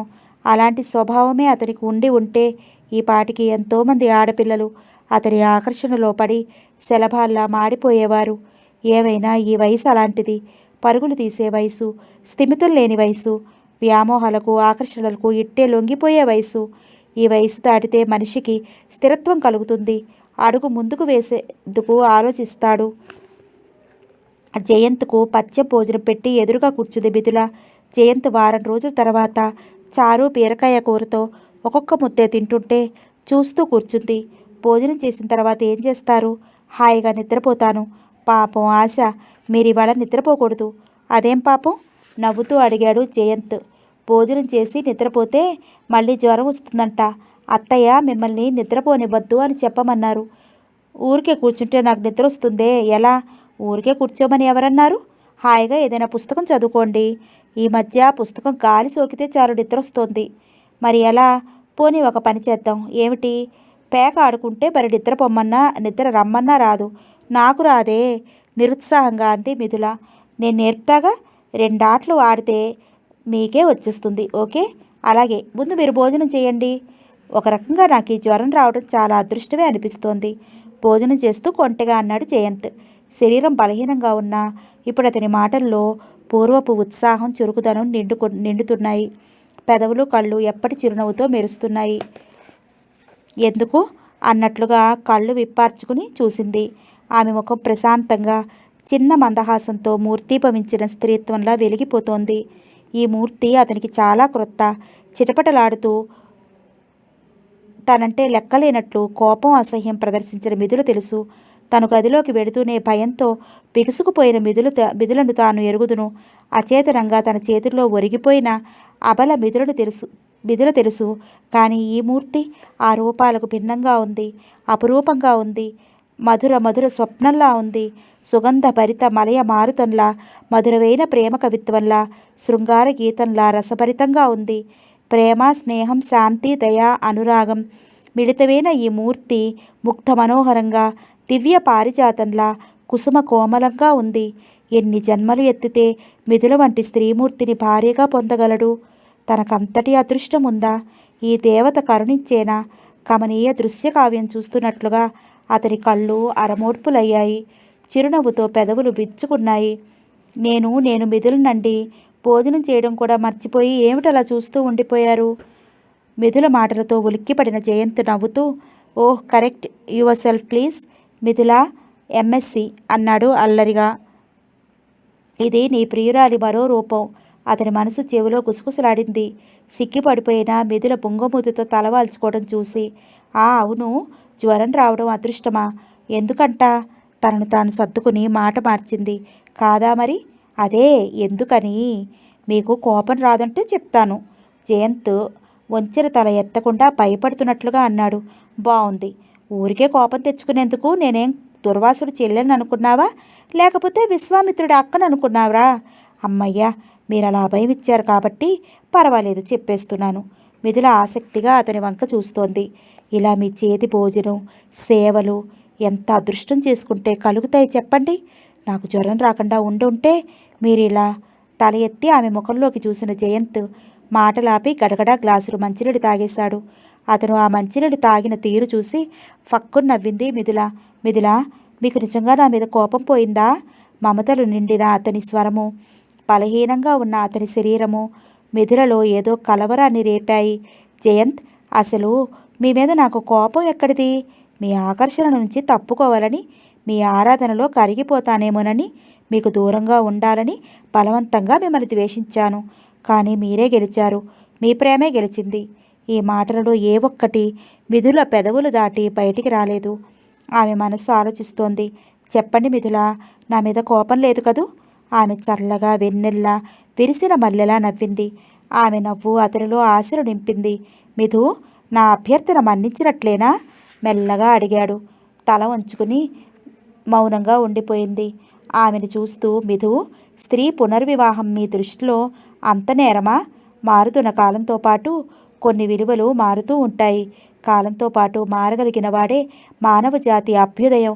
మార్పు ఆశించిన నాడు మానవ జాతి ఇంకా ఆ ఆదిమవాసులుగానే ఉండి ఉండేది. చెప్పండి మిథు, మీరు చదువుకున్నారు. ఈ పాటి మీకు తెలియదనుకోను. నేనంటే మీకు ఎలాంటి అభిప్రాయం లేదా? ప్లీజ్ చెప్పండి మిథుల, నేనంత కోరరాని కోరిక కోరానా? ఆవేశంగా అడుగుతున్న జయంత్ తన మాటల్ని సగంలోనే మింగేశాడు. మిథుల ముఖం చేతిలో దాచుకుని వెక్కి వెక్కి ఏడుస్తోంది. మిథు, ఏమైంది? నేనేమైనా తప్పుగా మాట్లాడానా? జయంత్ ఆతృతగా మిథుల ముఖం మీద నుంచి చేతులు తొలగించి ఆమె ముఖాన్ని పైకెత్తాడు. చెంప మీద నుంచి కారే కన్నీటితో మిథుల ముఖం తడిసిపోయింది. తడి చేతుల మీద జుట్టు అస్తవ్యస్తంగా అంటుకుపోయింది. ప్లీజ్ మిథు, ఏడవకండి. మీకు ఇష్టం లేకుండా ఏదీ జరగదు. ఆమె ముంగురులు సవరిస్తూ ఓదార్పుగా చెప్పాడు. అతని ఓదార్పుతో ఆమెలో దుఃఖం కట్టలు తెంచుకుంది. చేతుల్లో ముఖం దాచుకుని తన గదిలోకి పరుగు తీసింది. ఆమె మనస్థితి ఏమిటో అర్థం కానట్లు అయోమయంగా చూస్తూ ఉండిపోయాడు జయంత్. అతనికి ఒక విషయం స్పష్టమైంది. మిథుల హృదయంలో తన పట్ల వ్యతిరేకత లేదు. కాకపోతే ఆమె హృదయంలో ఏదో బాధ ఉంది, భయం ఉంది. తను క్రమేపీ ఆమెలోని బాధను, భయాన్ని దూరం చేసి తన దానిగా చేసుకోవాలి. అదేమంత కష్టసాధ్యంగా అనిపించలేదు జయంత్కు చెప్పలేనంత ఉత్సాహంగా ఉంది. మనస్సు మత్తుగా, మృదు మధురంగా, మౌనగీతంలా ఆలపిస్తోంది. ప్రపంచాన్ని జయించినంత ఆనందంగా ఉంది. కారణం, కాలేజీ గ్రౌండ్స్లో తను కనిపించగానే మిథుల పలకరింపుగా స్నేహంగా నవ్వింది. అంతే. జయంత్ మనసు రెక్కలు విచ్చుకుంది. అల్లనల్లన ఆకాశంలో విహరించింది. ఆశల పల్లకిలో రసమయ మధుర జగత్తులో ఊరేగింది. చిరునవ్వు ముఖంతో మహోత్సాహంతో డిపార్ట్మెంట్లోకి అడుగుపెట్టాడు. ఏమో యంగ్ మ్యాన్, ఎలా ఉన్నావు? పలకరింపుగా అడిగారు రంగనాథం గారు. నిక్షేపంలా ఉన్నారు సార్, నవ్వుతూ జవాబు చెప్పాడు జయంత్. చూడు జయంత్, నువ్వు అలా నవ్వడం మానేవోయ్ కొన్నాళ్ళు. అదేం సార్? ఆశ్చర్యంగా అడిగాడు జయంత్. ఏమిటా? నువ్వు అలా నవ్వుతుంటే మగాడినైనా నాకే పిచ్చెక్కిపోతుంది. అభంశుభం తెలియని ఆడపిల్లల సంగతి ఇంకే వేరే చెప్పాలా? రంగనాథం గారు వేళాకోళం చేశారు. జయంత్ ముఖం గంభీరంగా మారిపోయింది. అతనిలో ఏవో ఆలోచనలు. ఆ అమ్మాయి ఎవరో తెలుసుకున్నారా? తెలుసుకుని ఉంటే రంగనాథం గారు ఏం చెప్పుంటారు? నిజం తెలిసి ఆ పిల్ల తనను ఇంకా ప్రేమిస్తోందా? జయంత్ ముఖం చూసి రంగనాథం గారు నొచ్చుకున్నారు.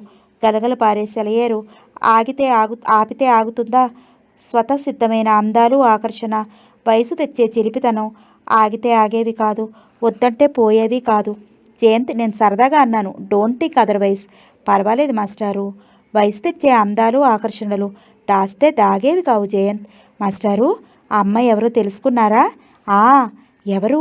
ఎలా తెలుసుకున్నారు? ఏం చెప్పారు? ఆపలేని కుతూహలంతో ప్రశ్న మీద ప్రశ్న వేశాడు జయంత్. అతనికి ఆ అమ్మాయి ఎవరో తెలుసుకోవాలని ఆరాటంగా ఉంది. చేతి రాత గుర్తుపట్టాను. ఎవరు మాస్టారు? అర్చన. మా అమ్మాయి. అర్చన! జయంత్ స్వరంలో అవధులు మించిన ఆశ్చర్యం. సీనియర్ క్లాసులు చదివే పెద్ద పిల్లల ముందు ఇంటర్ చదివే అర్చన చాలా చిన్నపిల్లలా ఉంటుంది. సహజంగా ఇంటర్ క్లాస్ ఆడపిల్లలు ఎవరి దృష్టిలోని పడరు. వాళ్ళింకా పసివాళ్లే అనే భావం ఉంటుంది అధ్యాపకులకు, సీనియర్ బాయ్స్ కూడా. ఐఎమ్ సారీ మాస్టారు. I'm extremely sorry. గొంతు పెగుల్చుకుని అన్నాడు జయంత్. అతనికి ఈ పరిస్థితి ఎంత ఆశ్చర్యంగా ఉందో అంత అవమానకరంగా ఉంది. ఏదో తప్పు చేసిన భావంతో గిల్టీగా ఫీల్ అవుతున్నాడు. జయంత్, ఇందులో నీ దోషమే ఉందయ్యా. తెలిసి తెలియని వయసులో పిల్లలు అనేక ఆకర్షణలకు లోనవుతూ ఉంటారు. అవతల నుంచి రెస్పాన్స్ లేనంతకాలం ఏ బాధ ఉండదు. అలా కాకపోతేనే ఈజీగా టెంప్ట్ అవుతారు. అప్పుడే బాధ అంతాను. అందుకే చెప్తున్నాను, త్వరగా ఒక ఇంటివాడివి కమ్మని. నవ్వుతూ తేల్చేశారు రంగనాథం గారు. కానీ జయంత్ నవ్వలేకపోయాడు. ఇది అని చెప్పలేని న్యూనతాభావం ఏదో అతన్ని వదలడం లేదు. అర్థం చేసుకున్నారు Ranganatham garu. Jayant, take it easy. ఇందులో నీ దోషం రవ్వంత కూడా లేదు. ఇలాంటివి సర్వసహజమైన విషయాలు. అర్చనకు ఈ పరిసరాల నుంచి మార్పు అవసరం అనిపించింది. అందుకే విజయవాడ మా చెల్లెలింటికి పంపించాను. కొన్నాళ్ళు పోతే అదే మర్చిపోతుంది. ఈ వయసులో పిల్లలకు ఆకర్షణ తప్ప స్థిరమైన ప్రేమ అభిప్రాయం ఎక్కడుంటాయ్యా? ఈ విషయం జయంత్కు మరింత బాధ కలిగించింది. ఒక ఆడపిల్ల జీవితంలో కొన్ని మార్పులకు కారణభూతులవుతున్నాడు తను. రంగనాథం గారు అన్నట్లుగా అర్చన కోరికలో ఆకర్షణ మాత్రమే అయితే పర్వాలేదు. లేకపోతే కాసేపటికి క్రిందట ఉత్సాహంతో ఊగిపోయిన అతని హృదయం మూగపోయింది. అమ్మా, మా ఆడబిడ్డ ఉత్తరం రాసింది. మూతి 3 వంకరలు తిప్పింది సుగుణమ్మ. ఆడబిడ్డ కోడగట్ట అంది ఈసడిస్తూ. చూస్తున్న అమితకు కంపరం పుట్టింది. తల్లిలోని ఈ అతిలౌక్యము, చీటికి మాటికి ఆదుర్ద అబద్ధాలాడే తత్వము అమితకు ఎప్పటికప్పుడు ఆశ్చర్యంతో పాటు అసహ్యం కూడా కలిగిస్తాయి. ఈ మనిషి పెంపకంలో తను మరో సుగుణమ్మ కావలసింది, కానీ తప్పిపోయింది అనుకుంది. మా అత్తగారు ఒకసారి రమ్మని రాశారమ్మా. ఎందుకుటా? అల్పాయుష్కుని కానీ మన ప్రాణానికి వదిలిపెట్టింది మహాతల్లి. ఏ జన్మలో చేసుకున్న పాపమో పసుపు కుంకుమలు నిండుకున్నాయి. ఇంకా ఎందుకు? ఏం మిగిలిందంట? ఇలా సాగిన తల్లి ధోరణికి అమితకు చాలా చిరాకు కలిగింది. తన కర్మానికి మధ్యలో అత్తగారు ఏం చేసింది? ఆమె దురదృష్టం కాకపోతే కొడుకును అల్లుణ్ణి కూడా పోగొట్టుకుంది. అమ్మా, ఏవో ఆస్తి పంపకాలు ఉన్నాయట. ఇంకేం ఆస్తే? అప్పుడే అన్నీ తేల్చేసుకున్నాంగా. ఆశ్చర్యంగా అడిగింది సుగుణమ్మ గారు గొంతు తగ్గిస్తూ. ఆయన పేరున ఆఫీసులో ఏదో డబ్బు వచ్చిందంట. అది తీసుకుందుకు రమ్మని రాశారు. అలాగా? ఒక్కరితివే ఎలా వెళ్తావు? మీ నాన్నగారిని తీసుకెళ్ళు. పెద్దవాళ్ళు లేకపోతే మోసం చేస్తారు. అందున మీ అత్తగారు కాలాంతకురాలు. పోనీ నన్ను రమ్మంటావేంటి? ఎందుకమ్మా? అక్కడ 4 రోజులు ఉండవలసి వస్తే నాన్నగారి ఆఫీసుకు అవస్థ. మరి అలాగే ఆలోచనలో పడిపోయింది సుగుణమ్మ. అక్కయ్యను నేను తీసుకెళ్తానమ్మా అందుకున్నాడు వేణు. నీకు కాలేజీ ఉంది కదరా. పర్వాలేదమ్మా, మాకిప్పుడు క్లాసులు జరగడం లేదు. అక్కని తీసుకెళ్తా. అవునమ్మా, వేణుని తోడు తీసుకెళ్తా. ఏమైనా అవసరం వస్తే వాడేం మాట్లాడతాడే పిచ్చి సన్నాసి. ఎందుకు మాట్లాడలేడమ్మా? వాడికి అన్ని విషయాలు తెలుసు. అయినా వాళ్ళు మోసం చేసేవాళ్ళైతే అసలు మనకు ఉత్తరం ఎందుకు రాస్తారు? గుట్టు చప్పుడు కాకుండా ఊరుకునేవాళ్ళు కదా. ఈ లాజిక్ సుగుణమ్మ గారికి నచ్చలేదు. కూతురు అత్తగారిని వెనకేసుకురావడం ఆవిడికి సుతరాము నచ్చదు. నీ సంతకాలు ఏమైనా కావాల్సి వచ్చాయేమో, లేకపోతే ఎందుకు రాస్తారు? అందావిడ సాగతీస్తూ. ఆ మాత్రం రూల్స్ నాకు తెలుసు అన్నట్టుగా. పోనీ అమ్మ, అంతగా ఏవైనా గొడవలు వస్తే నాన్నగారికి టెలిగ్రామ్ ఇస్తాను. నాన్నను వెంటనే పంపిత్తూ గాని అన్నాడు వేణు. సరేలే అందావిడ ఇష్టంగానే. ఇద్దరిని చిన్నపిల్లల్ని చేసి రావాల్సిన డబ్బు దగ్గర వియ్యపురాలు మోసం చేస్తుందేమోనని ఆవిడ బాధ. అనుకున్న ప్రకారం అక్క తమ్ముడు ప్రయాణమయ్యారు. వేణు, నాకెందుకో భయంగా ఉందిరా. ప్రయాణం అవుతూ తమ్ముడితో అంది. భయం ఎందుకక్క? నేను లేను. స్టేషన్లో ప్రతాప్ గారు ఎదురు చూస్తూ ఉంటారు. హైదరాబాదులో మృదులక్కయ్య వాళ్ళు ఉండనే ఉన్నారు. ఇంకెందుకు భయం అన్నాడు తల్లి వినకుండా చిన్నగా. తన భయం ఎందుకో ఏమిటో తమ్ముడికి అర్థం కానందుకు మనసులోనే నిట్టూర్చింది అమిత. అవసరమైన కొన్ని సమయాల్లో ధైర్యం చేసి ఒక్కడుగు ముందుకు వేయడానికి పిరికితనం చూపిస్తే జీవితాలు శాశ్వతంగా అంధకారంలోనే కూరుకుపోతాయి. ఆ జీవితాలకి ఇక మోక్షం ఉండదు. వసంత చెవిలో కుసకుసలాడినట్లయింది. అమిత ఏదో స్థిర నిశ్చయానికి వచ్చినట్లు సూట్ కేసులో బట్టలు సర్దుకోవడం ప్రారంభించింది. అక్క తమ్ముడు రిక్షాలు స్టేషన్ చేరుకున్నారు. వేళ కోసమే ఎదురు చూస్తున్నట్లుగా అక్కడ ప్రతాప్ కనిపించాడు. అప్పటి వరకు ఇది అని చెప్పలేని భయంతో సతమతమైన అమిత హృదయం నిశ్చింతగా నిట్టూర్చింది. ఎక్కువసేపు ఎదురు చూడకుండానే బస్సు రావటం, ముగ్గురు ఎక్కడం జరిగిపోయింది. వేణు అక్కకు ప్రతాప్కు వెనక సీటు వదిలేసి పెద్ద తరహాగా ముందు సీట్లో కూర్చున్నాడు. ప్రతాప్ అమిత చాలా వెనుకగా వెళ్ళి ఒకే సీట్లో ఒదిగిపోయారు. ప్రతాప్ జేబులో నుండి 2 పొట్లాలు తీసి అమితకు చూపించాడు. విప్పి చూసిన అమిత హృదయంలో ఒక విచిత్రమైన స్పందన. ఒక ప్యాకెట్ నుండగా గుమగుమలాడుతున్న జాజి పూలమాల, మరొక ప్యాకెట్లో తలుకులీనుతున్న ఎర్రటి మట్టి గాజులు. మనసు చేసే విచిత్రమైన సందడిని తట్టుకోలేనట్లుగా వాటిని ఒళ్ళో పెట్టుకుని సీటుకు ఆనుకుని కూర్చుండిపోయింది. ప్రతాప్ సున్నితంగా ఆమె చేతిని తన చేతిలోకి తీసుకుని చేతులు నిండుగా గాజులు తొడిగాడు. అతను ఆ పని చేస్తున్నంతసేపు అతని వంక రెప్పవాల్చకుండా చూస్తూ ఉండిపోయింది అమిత. ఆమె పచ్చని నాజూకైన చేతులను అలంకరించిన ఎర్రని గాజులు మరింత ఎర్రగా మెరుస్తున్నాయి. క్రొత్తదనంతో కొత్త అందాలను సంతరించుకున్న అమిత చేతుల వంక ఆనందంగా చూస్తూ ఆమె అరచేతుల్లో సున్నితంగా ముద్దు పెట్టుకున్నాడు. అమిత హృదయం గిలిగింతలు పెట్టినట్టుగా పులకించిపోయింది. తల నిండా పూలతో, ఎర్రటి గాజులతో, నునుసిక్కు తొంతరలతో, అన్నింటినీ మించి కొండంత ఆత్మబలంతో, క్రొత్త ఆశలతో, బ్రతుకు మీది తీపితో, మత్తు కళ్ళతో అమిత క్రొత్త పెళ్లి కూతురులా కనుల విందుగా ఉంది. బస్సు ఏదో స్టాప్లో ఆగింది. ప్రతాప్ గబగబా కిందకి దిగి వెళ్ళాడు. అమిత కిటికీలో నుండి అతడు వెళ్ళిన వైపే చూస్తూ ఉండిపోయింది. ప్రతాప్ కొన్ని పళ్ళు పత్రికలు తెచ్చి కిటికీలో నుంచి అమితకు అందించాడు. అమితకు ఆ అనుభవం చాలా హాయిగా ఉంది, ఆనందం కలిగించింది. నావాడు అనే ఒక పురుషుని తోడు స్త్రీకి ఎంత హాయిని, ఆనందాన్ని కలిగిస్తుంది. ఆ పురుషుని ఆత్మీయతలో, రక్షణలో ఆమెకు అనంతమైన ఆనందంతో పాటు అంతులేని ఆత్మవిశ్వాసం కూడా కలుగుతుంది. ఏమైనా కావాలా? అడిగాడు ప్రతాప్. ఏమీ వద్దన్నట్లుగా తల అడ్డంగా తిప్పింది అమిత. ప్రతాప్ మళ్ళీ వెళ్ళిపోయాడు గబగబా. అమిత పళ్ళు పత్రికలు బాస్కెట్లో సర్దుతూ అతడు వెళ్ళడం గమనించలేదు. తలెత్తి చూసేటప్పటికి ప్రతాప్ కనిపించలేదు. బస్టాప్లో నుంచిన జనంలో అతని కోసం ఆమె కళ్ళు వెతుకుతున్నాయి. కొన్ని నిమిషాల తర్వాత డ్రైవర్ ఇంజన్ స్టార్ట్ చేశాడు. అమిత గుండె వేగంగా కొట్టుకున్నది. ఈనేడి? బస్సు కదిలేలా ఉంది. అరే, ఈ వేణు కూడా లేడే. ఆమె కంగారుగా కిటికీలో నుంచి చుట్టూ ఖాళీ చూసింది. బస్సు కదులుతుందేమో. వీళ్ళిద్దరూ ఏమయ్యారు? కంగారుగా డ్రైవర్ వంక చూసింది. డ్రైవర్ బస్ స్టార్ట్ చేసేందుకు సిద్ధపడుతూ 2 సార్లు హారన్ మోగించాడు. వేణు ప్రతాప్ ఏ వైపు నుంచి వచ్చారో 2 అంగల్లో వచ్చి కదిలే బస్సు ఎక్కేశారు. అమిత గుండెలు కుదుటపడ్డాయి. అమ్మయ్యా అన్నట్లుగా గుండెలు నిండగా గాలి పీల్చుకుంది. ప్రతాప్ వచ్చి కూర్చున్నాడు. అమిత అంత క్రితం అతన్ని ఎప్పుడూ చూడనట్లుగా వింతగా ఆర్తిగా చూస్తోంది. కొన్ని క్షణాల క్రితం ఆమెలో కలిగిన తీవ్రమైన అలజడి తగ్గినా ఆ భావం ఇంకా పూర్తిగా సర్దుకోలేదు. నెమ్మదిగా జరిగి అతన్ని ఆనుకుని కూర్చుంది. ప్రతాప్ పెదవుల మీద చిరునవ్వు చిందులు వేసింది. ఆమె నడుము చుట్టూ మెల్లగా చెయ్యి పోనిచ్చి దగ్గరగా ఆనుకుని కూర్చున్నాడు. ఏమిటిలా చూస్తున్నావు కొత్తగా? అమిత జవాబు చెప్పకుండా ఇంకా అతన్ని అలాగే చూస్తూ ఉండడంతో నవ్వుతూ విరహమా అన్నాడు కొంటెగా. అమిత మనసు ఆలోచిస్తోంది. నిన్నటి వరకు ఈ మనిషి ఎవరో, కానీ ఈరోజు ఇతనే తన సర్వస్వం, తన ప్రాణం. ఎందులో ఉంది ఈ తేడా? ఇతనిపై తనకు గల ప్రేమలో ఉందా, లేక ఇతనితో ముందు ముందు ఏర్పడబోయే బంధంలో ఉందా? అతను 2 క్షణాలు కనుమరుగయ్యేటప్పటికీ ఎంతగా తల్లడిల్లిపోయింది. ఇతనితో పాటు వేణు కూడా కనిపించలేదు. మరి వేణు కోసం అంతగా తల్లడిల్లిపోలేదేం తన హృదయం? ఏయ్, ఏమిటా చూపు పిచ్చిదానిలాగా? ఆమె భుజం కుదుపుతూ మెల్లగా పిలిచాడు ప్రతాప్. తేరుకుంది అమిత. ఎక్కడికి వెళ్ళారు? నాకెంత భయం వేసిందో తెలుసా? ఎందుకు? బస్సు స్టార్ట్ అయింది, మీరేమో కనిపించలేదు. పారిపోయాననుకున్నావా? నవ్వుతూ అడిగాడు. చిచి, అలా కాదు. మీరు ఎక్కకుండానే బస్సు వెళ్ళిపోతుందేమోనని భయం వేసింది. అలా జరిగితే ఏం చేసేదానివి? కుతూహలంగా అడిగాడు ప్రతాప్. మా వారు తప్పిపోయారు.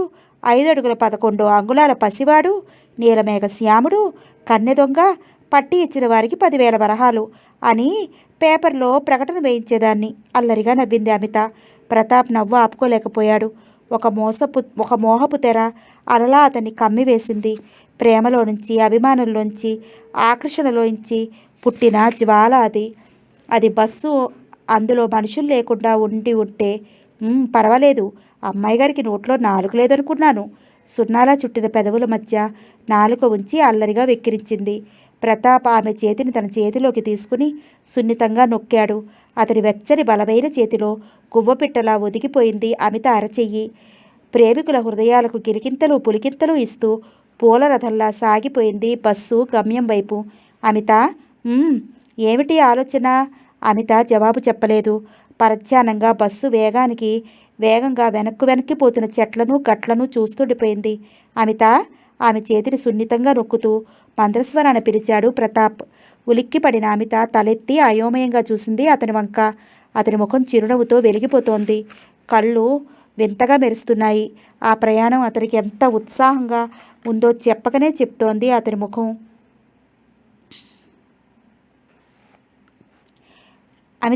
ఏదో లోకాల్లో ఉన్న అమిత హఠాత్తుగా ఈ లోకంలోకి వచ్చి పడింది.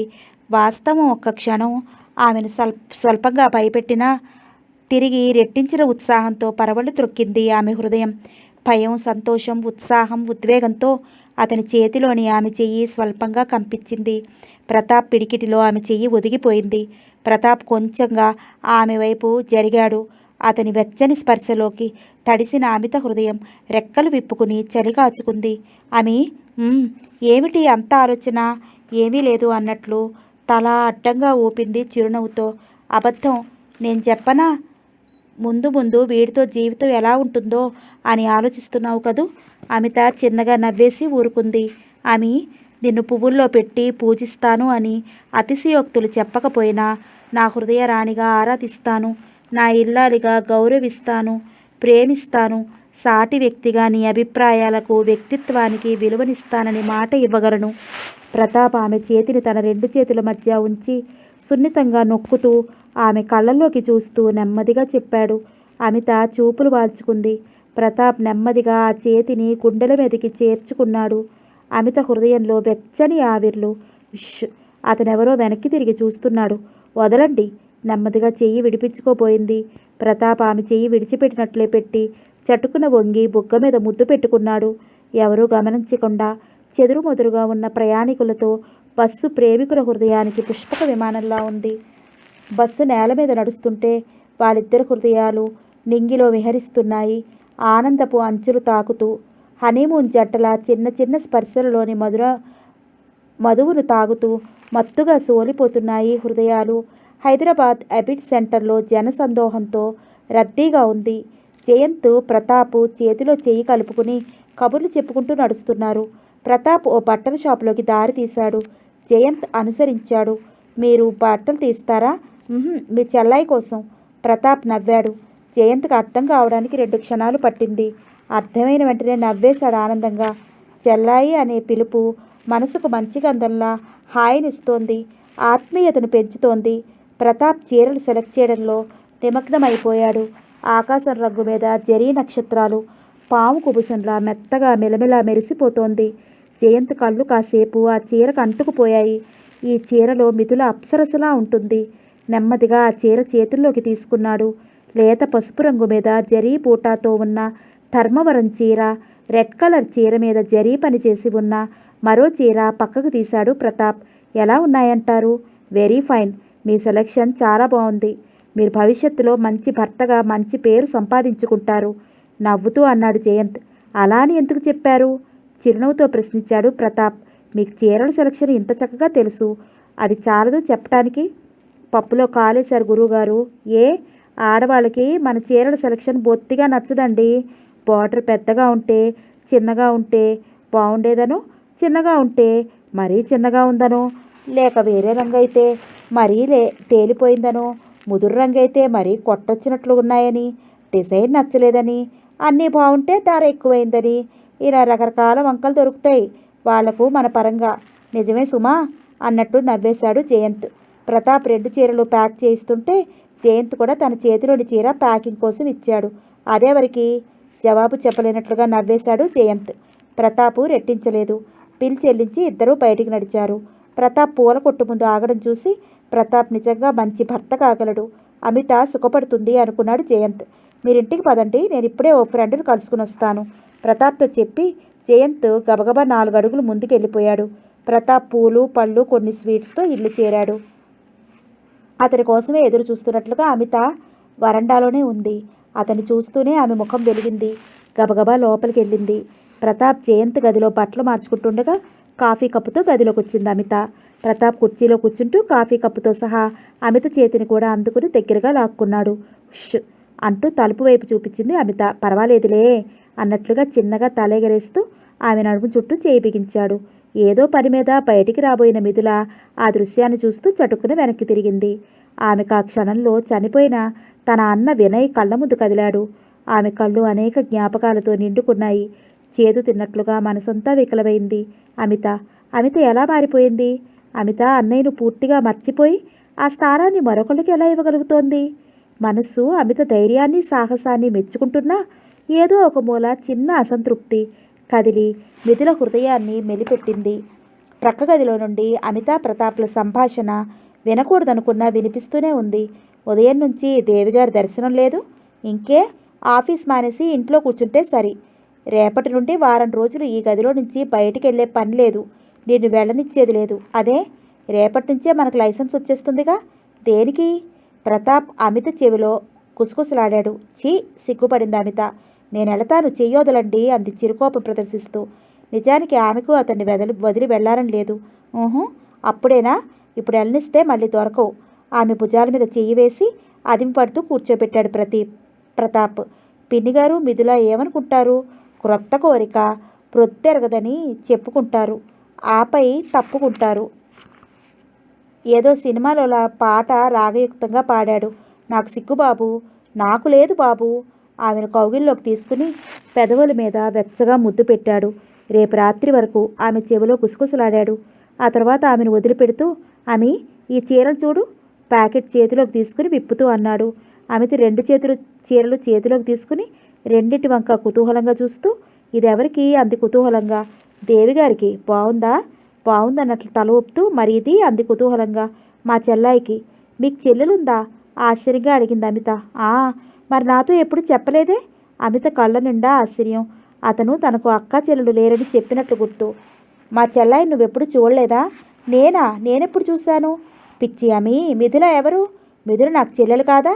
అమిత హృదయంలో ఆనందపు జల్లు. నిజమే సుమండి, నాకు తోచనే లేదు. ఇంతకు దేవిగారికి చీరలు నచ్చినట్టేనా? నాకైతే నచ్చాయి. మరి మిథుకు నచ్చుతుందో లేదో చూపించిరానా? అసలు తీసుకుంటుందో లేదో? మిథులకి ఎర్రచీర బాగుంటుంది. అన్నయ్య తొలి కానుక అని చెప్పు. వింటున్న మిథులకు కళ్ళు నిండుకున్నాయి. తన అన్నయ్య స్థానంలో ఉన్న ప్రతాప్ను చూసి అరక్షణం క్రితం తనకు తెలియకుండానే తన అంతరాలలో అసూయగా ఫీల్ అయింది. కానీ అతనిది ఎంత మంచి హృదయం.